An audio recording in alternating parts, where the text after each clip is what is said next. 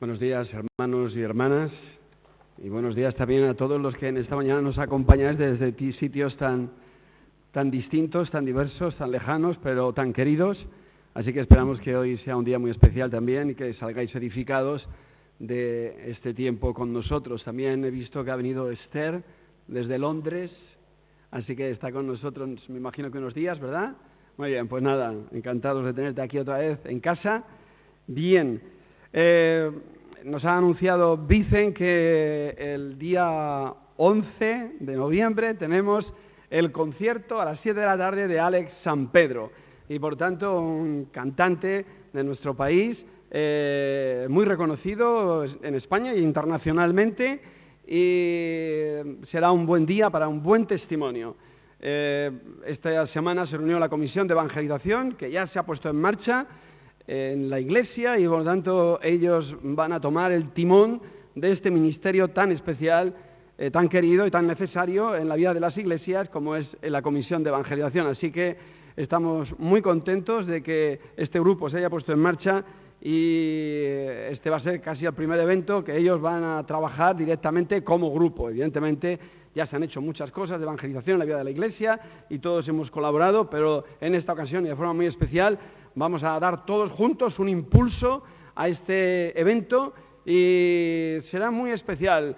Es distinto al de Marcos Martins, él es más de iglesias, con un mensaje más dirigido en esa dirección, y por tanto saldremos todos edificados. Si traes a alguien contigo, que sería lo ideal, pues gloria a Dios por ello.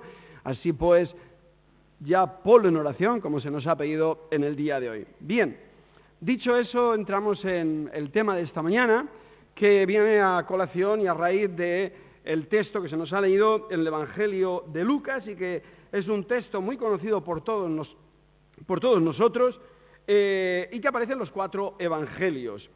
Y me gustaría empezar con esa frase que todos oímos, aquello de que nadie tire la toalla, que nadie tire la toalla. Y con esta expresión queremos decir que nadie se rinda, que nadie se venga abajo, que por difícil que se presente la situación o por más caídas que hayamos tenido, pues no importa, hay que levantarse, hay que seguir adelante, hay que esforzarse, no hay que rendirse, y por tanto hay que continuar. Que nadie tire la toalla. Tirar la toalla en los términos pugilísticos, en el boxeo, es cuando uno de los contrincantes está noqueado, ¿verdad?, o está tendido en la lona, y el entrenador tira la toalla, y es el gesto de que se ha rendido, ya has ganado, ha ganado el otro, y por tanto, de alguna manera, viene de esa tradición. Puede ser que muchas veces tú y yo, nosotros, nos sintamos con ganas de tirar la toalla, porque estamos cansados, porque se nos presentan demasiadas dificultades, a veces las circunstancias son tan adversas, a veces incluso hay oposiciones y resistencias, a veces por la falta de apoyo o de reconocimiento en diferentes ámbitos, no estoy hablando ahora necesariamente de la Iglesia, por la ausencia de cariño, por relaciones que fracasan, por pérdidas de trabajo, por multitud de situaciones que podemos sentirnos con ganas de tirar la toalla, decir, pues estoy cansado, ya no puedo más, o en fin, multitud de situaciones que se nos presentan a lo largo de la vida. Y como hemos visto esta mañana en Esdras, la vida es larga y las situaciones son cambiantes, pues hay veces que estamos eufóricos, ¿verdad?, parecemos bipolares, y otras veces que tiramos todo por los suelos porque nos encontramos deprimidos por la situación y tenemos esa sensación de querer tirar la toalla.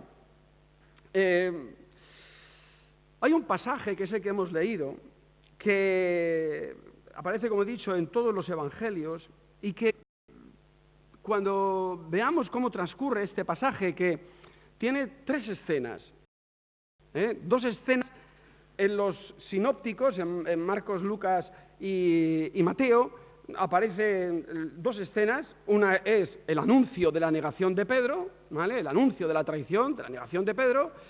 Luego viene el otro pasaje más adelante, que es la propia negación, y también aparece en los 3 evangelios, o en los 4, mejor dicho, y luego solamente en Juan aparece, diríamos, como el final de la historia, el final de la historia. Ahora, Lucas, que es el texto que se nos ha leído, permíteme leerlo porque son pocos versículos y podemos leerlo una vez más. Porque en Lucas la historia, de alguna forma, de manera sintética, el evangelista nos sitúa en el todo de lo que va a acontecer. O sea, la negación, cómo se produce y la restauración. Todo lo pone allí de forma sintética.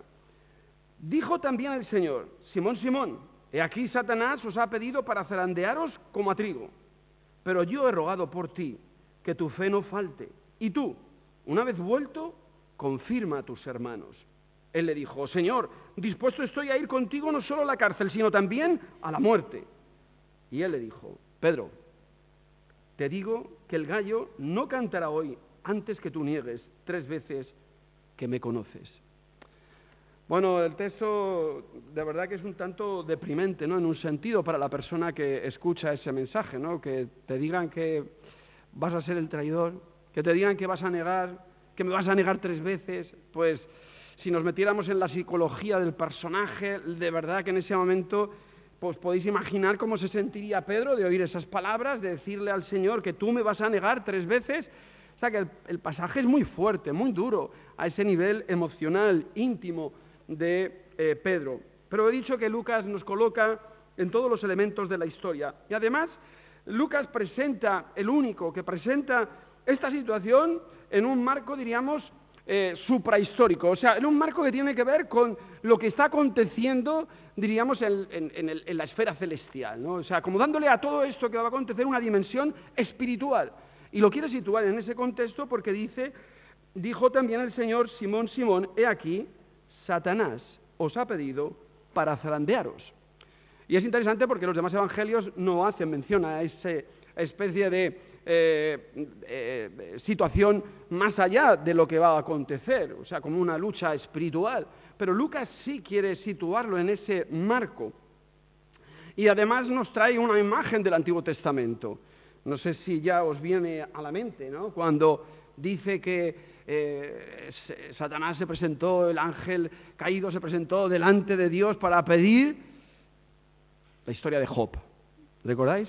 Es la historia, es el escenario de Job, donde se pide permiso a Dios para poder tentar a la persona de Job, porque Job fallaría al Señor según Satanás. Pero aquí la escena tiene que ver y la sitúa en ese marco. Satanás os ha pedido para zarandearos como a trigo, y de alguna manera para removeros, como una especie de terremoto que va a ocurrir debajo de sus pies y se lo va a tragar la tierra. Va a ser la situación que vas a vivir, el problema que vas a vivir, te va a zarandear.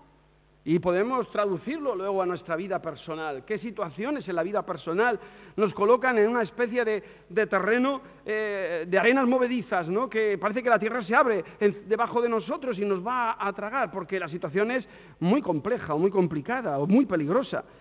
Pero fijaros, Jesús le da el signo de la esperanza y le dice después: pero yo he rogado por ti que tu fe no falte. Y esa es la esperanza que Jesús quiere transmitir en ese momento a Pedro. Yo he rogado por ti para que tu fe no falte. Y además le anticipa el final de lo que va a suceder. Ese final que dice: una vez vuelto, confirma a tus hermanos. O sea, le está anunciando la traición, pero le está anunciando que va a volver. Y por tanto, diríamos que es la promesa de Dios. Ahora, vivir por las promesas de Dios implica la fe, porque nadie sabe lo que va a suceder al final. Somos invitados en medio de la prueba, en medio de las dificultades, en medio de las arenas movedizas, a esperar y confiar en Dios, porque Él nos promete su asistencia, su fortaleza, pero la prueba hay que pasarla. Y Pedro tendría que pasar por el patio de Caifás y tendría que escuchar todo lo que allí se le iba a decir. La promesa estaba hecha, había que pasar por la por el problema, por la dificultad, y en ello ejercer la fe para poder experimentar después la restauración. El problema no era de Pedro, el problema era de todos los discípulos. Si pudiéramos en este momento ir a los 4 evangelios para ver la escena, las escenas se complementan unas a otras, y es el evangelio de Mateo que nos dice mas él con mayor insistencia decía: si me fuere necesario morir contigo, no te negaré, dice Pedro. Pero dice el texto, también todos decían lo mismo. También todos decían lo mismo. Y bueno, ya sabemos que Pedro representa siempre a los 12. Y podemos decir con autoridad, porque lo dice la propia Escritura, que en él todos estaban incluidos, todos decían lo mismo. Por tanto, en ese sentido, allí estaban todos representados. Y al final nos representa a todos nosotros estamos en esa escena representados. Nuestra fortaleza y seguridad ha de venir del Señor. A eso somos llamados por la fe. Como hemos dicho, Pedro viene a representar a los 12, él es el líder, lo que le sucede a él le va a suceder a todos los demás, y en él y en ellos estamos tú y yo. Todos, dice el texto de Mateo, os escandalizaréis de mí esta noche, porque está escrito, heriré al pastor y las ovejas serán dispersadas. Por tanto, todos están allí, todos en Pedro van a negar al Señor, todos se van a escandalizar de Jesús. Y por tanto, debemos de tomar esa escena como si estuviéramos nosotros también en ella. El problema de Pedro, como el nuestro, va a ser ese sentimiento de seguridad y confianza en sí mismo. Y la fe nos hace no tener confianza en nosotros mismos, sino depositarla en el Señor. Y hasta llegar a esa conclusión, con toda seguridad, vamos a tener que pasar por circunstancias como la de Pedro, circunstancias que nos humillan para mostrarnos que la fortaleza no está en nosotros, que la fortaleza nos viene de Dios. Que no podemos confiar tanto en nosotros mismos, sino confiar en Dios, porque esa es la fe. Y a veces el Señor nos va a dejar entrar en situaciones que nos van a humillar y nos van a hacernos que nos vengamos abajo para que busquemos la fortaleza en Él, la confianza en Él y la seguridad en Él. Fijaros cómo reacciona Pedro ante lo que Jesús le anuncia. Y Pedro era muy... Disculpad. Siempre salía, siempre, y el primero. Y fijaros lo que le responde. Dice, entonces Pedro le dijo, aunque todos se escandalicen, yo no. Bien, ahí. Aunque todos se escandalicen, yo no. Porque la confianza mía está en mí. Y yo no te voy a fallar. Vale. Ahí estaba su confianza y su seguridad. Cuidado cuando nuestras seguridades están depositadas en nosotros mismos. Cuidado cuando hablamos de todo lo que somos capaces de resistir, porque puede llegar a ser una temeridad. La soberbia nunca jamás es un buen aliado. La soberbia nunca jamás es un buen aliado. El Señor nos llama a ser mansos y humildes, a depender más de Él. El contraste nos lo da el texto. Aunque todos se escandalicen, yo no. Y dice Jesús, yo he rogado por ti, para que tu fe no falte. La confianza de Pedro en sí mismo. Y Jesús le dice, pues mira, yo estoy rogando por ti, porque vas a caer, porque vas a fallar, pero yo ruego por ti, para que vuelvas y seas restaurado. La realidad es muy tozuda y siempre acaba, por gracia o por desgracia, imponiéndose. Más pronto que tarde, nos pone a cada uno de nosotros en nuestro sitio. Marcos, en este caso, es el más incisivo. Marcos dice que, y le dijo Jesús, de cierto te digo que tú, hoy, en esta noche, antes de que el gallo haya cantado 2 veces, me negarás 3 veces. Y fijaros lo incisivo que es, ¿no? Le dijo, de cierto te digo que tú, hoy, en esta noche, Bueno, en fin, podía haber dado hasta la hora, ¿no? Y evidentemente quería ir tocando el corazón de Pedro. ¿Cuántas veces tú y yo tal vez hemos callado frente a un auditorio que nos imponía, y nos imponía respeto y hasta miedo, ante el cual no queríamos identificarnos tal vez como lo que somos, creyentes, en el instituto, en la universidad, en el gimnasio, en el trabajo, en los diferentes ámbitos, en el barrio, en el vecindario? Recordemos que estamos en medio de una lucha espiritual. Satanás Jesús, se nos dice en el texto, que se dilucida en medio de la vida, de la tuya y de la mía, en cada momento.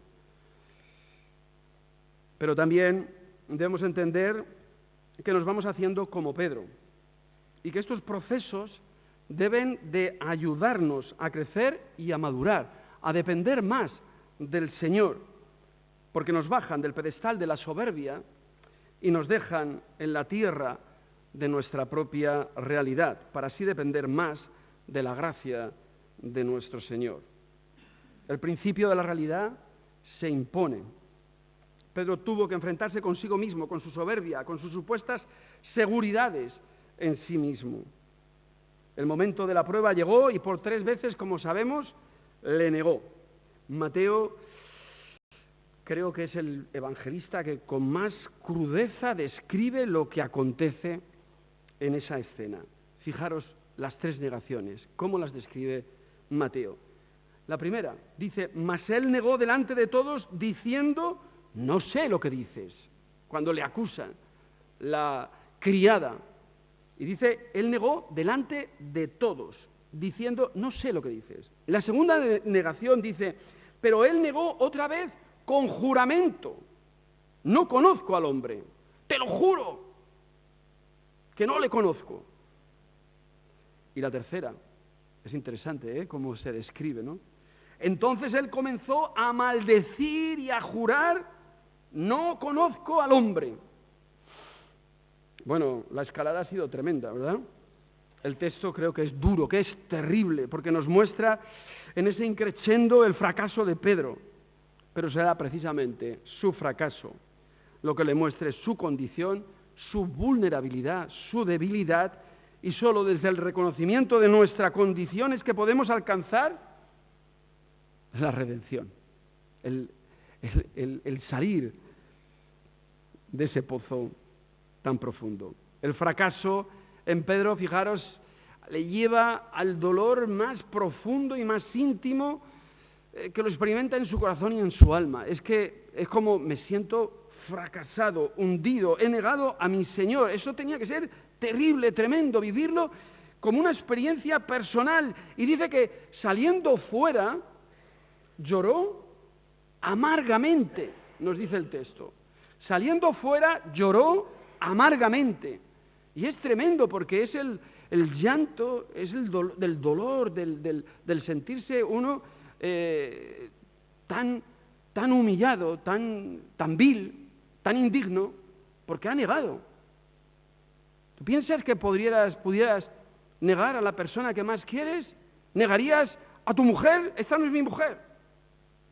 Bueno, alguien lo hizo una vez, ¿te acordáis? ¿Alguien lo puede decir? Abraham. Esta no es mi mujer, es mi hermana. ¿Tú te puedes imaginar eso? A veces la vida nos coloca en situaciones muy complicadas, ¿eh? Por tanto, que nadie diga que está libre de culpa o de pecado, porque como la vida te ponga en una situación límite, veremos qué contestas y qué contesto yo. Y Pedro se vio en esa situación límite, allí en el patio, acusándole de ser discípulo de aquel reo. Y por tanto, experimentó un gran dolor del alma y del corazón. El llanto se nos muestra en Pedro como el símbolo no solo del fracaso, sino también, por otro lado, del arrepentimiento. Porque vamos a ver, claro, la escena continúa del arrepentimiento. El texto no quiere hurgar más, diríamos, en la herida de Pedro. Bastante tenía con su corazón desgarrado y una alma dolida. Pero después de la humillación viene la restauración. Lo que ocurre después es la restauración de Pedro. No es tan fácil, ni de 2 días. Pedro había quedado marcado por sí mismo, por su fracaso, por su negación del Señor. Había negado, jurado y maldecido, nos dice el texto. Eso era tremendo. ¿Podemos imaginarnos algo peor en ese sentido? Algún temerario podría decir, pero yo no. Él lo dijo. Y fijaros con lo que se tuvo que enfrentar. Cuidado con el que se cree libre de pecado. Yo no fallaré, yo no diré, yo no cometeré este pecado, en fin, tú pon lo que quieras ahí, yo no. Cuidado con tanta seguridad basada en uno mismo. El texto, en ese sentido, nos advierte. Pedro fue el que dijo, aunque me sea necesario morir contigo, no te negaré. Y fijaros lo que ocurrió. Y todos los discípulos hemos oído antes que dijeron lo mismo. Las palabras de Jesús en ese momento debían sonarle en los oídos. ¿Qué me dijo Jesús? Satanás os ha pedido para zarandearos como a trigo. Y la imagen es tremenda, ¿no? Es cuando el trigo ¿cómo se llama? ¿Se ventea? ¿Está bien dicho? Está bien dicho. Cuando el trigo se ventea, ¿verdad?, para que la cascarilla salga y se quede el grano limpio, ¿verdad? Pues así era removido y así iba a ser removido el apóstol Pedro. Por tanto, las palabras de Jesús tenían que sonarle. Satanás os ha pedido para zarandearos, pero yo he rogado por ti para que tu fe no falte. Una vez vuelto, confirma a tus hermanos. Y Pedro debería de pensar, o tendría que haber pensado, que aún hay esperanza. No tires la toalla, aún hay esperanza. Y yo me gustaría decir, ¿no?, que no hay nada que hayamos hecho que no pueda ser perdonado. No hay nada que hayamos hecho que no pueda ser perdonado. Y menos por nuestro Dios, que es un buen Padre, el Padre del Hijo pródigo. Por tanto, siempre hay esperanza, siempre podemos volver a Dios. Hayas hecho lo que hayas hecho, siempre hay esperanza. Las lágrimas aún estaban sobre las mejillas de Pedro. La tristeza le inundaba el corazón y el alma, hemos visto. Como diría David, sus huesos se le consumían. Pero las palabras de Jesús le traían un aire de alivio que le permitían respirar. A pesar de que el ambiente era tan asfixiante, podía respirar. Y tú, una vez vuelto, confirma a tus hermanos. No solo somos restaurados, sino que también somos, permitidme la expresión, rehabilitados. La promesa se hace realidad. Una vez vuelto, decía el texto, confirma a tus hermanos. Y la última escena solamente aparece en el Evangelio de Juan, pero es una escena preciosa que todos hemos oído muchas veces, pero que me gustaría enfocarla en el siguiente sentido. Mirad, Juan, en esta última escena, pensando en ella, me imaginaba como que Juan nos estaba desplegando el lienzo de lo ocurrido, ¿vale? Una escena preciosa, llena de matices, susurros, voces entrecortadas, pero finalmente luminosa y llena de esperanza. Aparece en Juan capítulo 21, versículos 15 en adelante. Dice, cuando hubieron comido, ya después que Jesús había resucitado, Jesús dijo a Simón Pedro, Simón, hijo de Jonás, ¿me amas más que estos? Le respondió, sí, Señor, tú sabes que te amo. Él le dijo, apacienta mis corderos. Volvió a decirle la segunda vez, Simón, hijo de Jonás, ¿me amas? Pedro le respondió, sí, Señor, tú sabes que te amo. Le dijo, pastorea mis ovejas. Y la situación era agotadora. Le dijo la tercera vez, Simón, hijo de Jonás, ¿me amas? Y Pedro se vino abajo, se entristeció de que le dijera la tercera vez, ¿me amas? Y le respondió, Señor, tú lo sabes todo, tú sabes que te amo.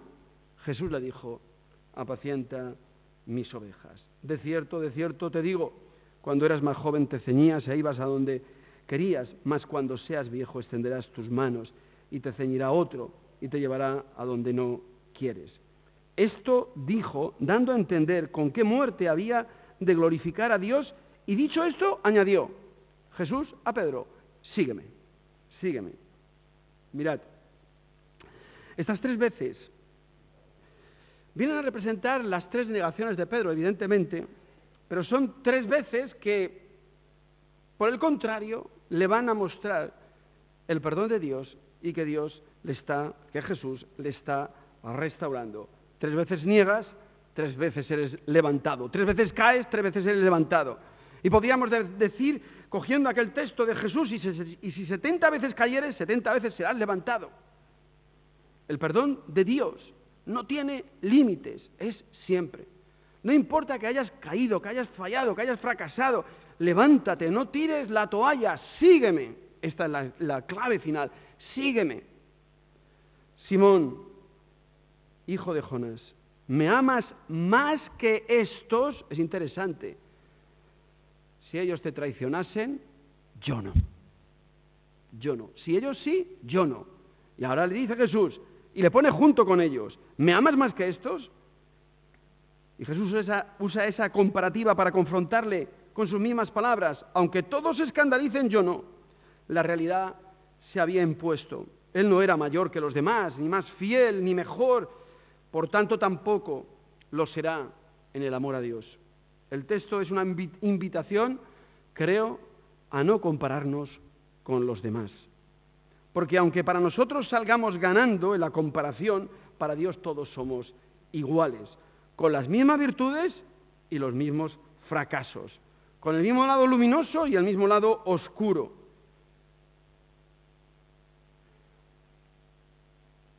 Pedro es llamado a amar al Señor sin mirar a los demás.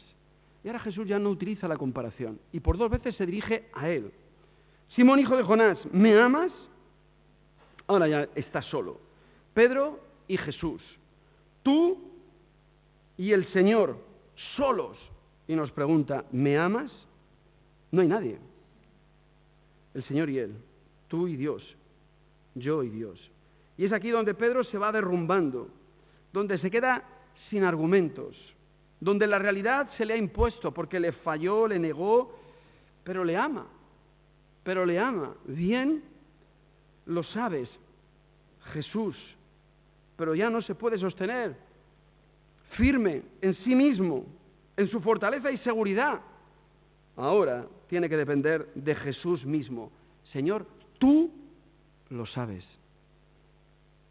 Ya no se sostiene sobre sí mismo, sino sobre el Señor. Tú sabes que te amo. Una vez Pedro ha sido restaurado, ahora el Señor le comienda la tarea, la misión. Una vez Pedro ha pasado por el crisol de la prueba, Satanás os ha pedido para zarandearos, las situaciones de la vida hacen que te tambalees, que tengas temor y tengas que pasar por cualquier situación de la vida.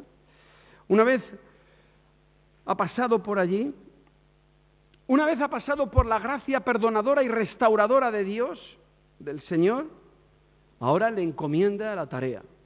Pastorea y apacienta a mis ovejas.